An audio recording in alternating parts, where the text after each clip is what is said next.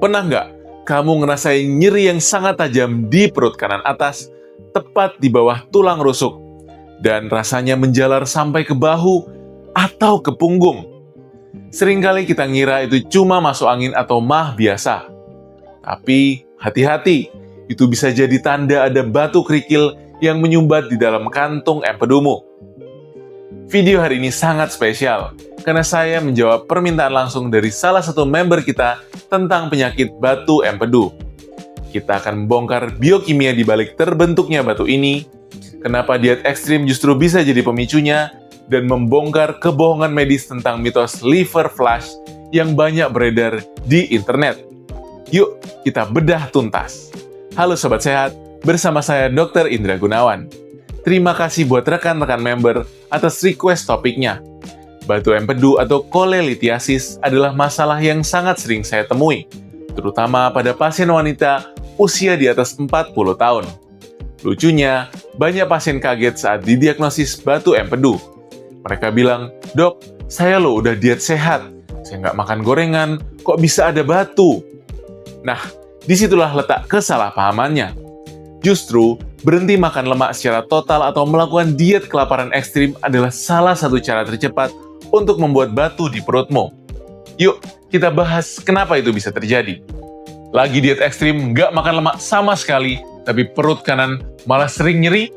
Hati-hati, kamu lagi manen batu empedu. Kantung empedumu itu tugasnya menyimpan cairan buat menghancurkan lemak. Cairan ini harus dikeluarkan secara rutin. Kalau kamu nggak makan lemak sama sekali, kantung empedumu nggak akan pernah memeras. Cairannya bakal mengendap, mengental, dan lama-lama mengeras jadi batu kolesterol. Diet sehat itu bukan anti lemak, tapi pilih lemak yang sehat seperti alpukat atau zaitun supaya cairan empedumu tetap mengalir dengan lancar. Jangan biarkan kantung empedumu jadi sarang batu karena jarang dipakai. Secara patofisiologi, batu empedu terbentuk karena ketidakseimbangan komposisi kimia di dalam cairan empedu. Cairan ini terdiri dari garam empedu, lecitin, dan kolesterol. Masalah muncul saat kolesterol di dalam empedu terlalu banyak, sehingga cairan tersebut menjadi jenuh atau supersaturated. Analogi medisnya, bayangkan kamu lagi memasukkan segelas gula ke dalam segelas air.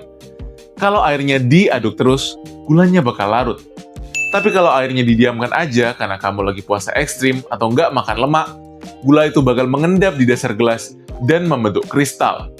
Nah, kristal mikro inilah yang nantinya saling menempel menjadi batu padat yang menyumbat saluran empedu.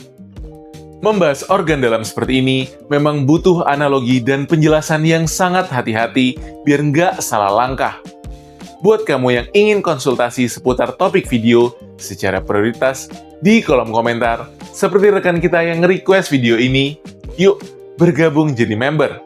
Dukungan kamu sangat membantu operasional riset medis channel ini agar tetap berkualitas tinggi tanpa sponsor produk.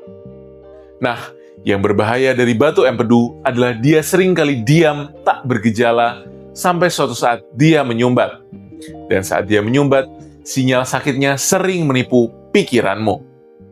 Pundak sebelah kanan sering kerasa pegal dan nyeri tembus ke punggung? Jangan cuma dipijit, coba cek kantong empedumu. Di dunia medis, ada namanya revert pain atau nyeri yang nyasar. Saat ada batu yang menyumbat saluran empedu, saraf di perutmu bakal ngirim sinyal sakit ke otak. Tapi, karena jalur sarafnya berdekatan dengan saraf di bahu, otakmu sering salah sangka, dia ngira bahu kananmu yang lagi sakit. Ciri khasnya, nyeri ini biasanya muncul 1 jam setelah kamu makan makanan yang berlemak berat. Kalau pundakmu sering nyeri, habis makan opor, mending segera periksa ke dokter buat mastiin itu bukan batu empedu. Fenomena nyeri nyasar ini terjadi karena saraf renikus yang mempersarafi diafragma dan kantong empedu memiliki akar saraf yang sama dengan saraf yang mempersarafi area bahu kanan.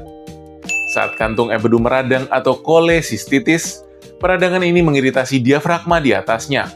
Sinyal nyeri ini naik ke sumsum tulang belakang lewat jalur yang sama dengan bahu. Otak yang lebih sering menerima input sensorik dari permukaan kulit bahu akhirnya salah menerjemahkan lokasi sumber sakitnya. Inilah kenapa banyak pasien batu empedu yang datang ke tukang urut selama berbulan-bulan karena mengira sakit otot biasa. Padahal organ dalamnya sedang mengalami kondisi yang darurat. Karena rasa sakitnya yang menyiksa, banyak orang mencari cara instan di internet. Pasti kamu pernah dengar tentang ramuan liver flush yang menggunakan minyak zaitun dan jus lemon yang katanya bisa mengeluarkan batu lewat kotoran. Lihat video liver flush yang katanya bisa keluarin batu empedu hijau-hijau cuma pakai minyak zaitun dan lemon. Tolong, jangan percaya, itu 100% hoak medis. Batu hijau yang keluar dari kotoranmu setelah minum ramuan itu bukan batu empedu. Itu adalah gumpalan sabun yang terbentuk dari reaksi kimia minyak zaitun yang bertemu dengan asam lambungmu. Bahayanya, kalau kamu beneran punya batu empedu yang besar, minum minyak sebanyak itu malah bikin kantong empedumu memeras terlalu keras. Batunya bisa nyangkut dan bikin peradangan parah. Kamu harus dioperasi secara darurat. Jangan pertaruhi nyawamu buat thread internet yang nggak masuk akal.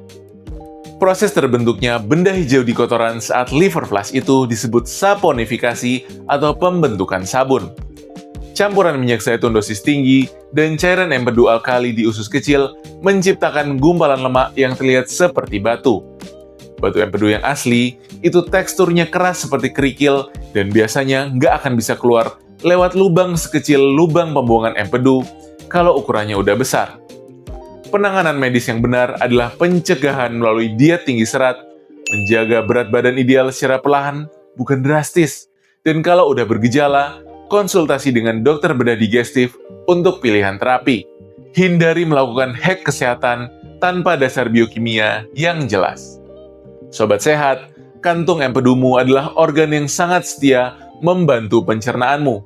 Jangan biarkan dia terbengkalai karena diet anti lemak yang keliru. Gunakan lemak sehat secukupnya untuk menjaga aliran empedu.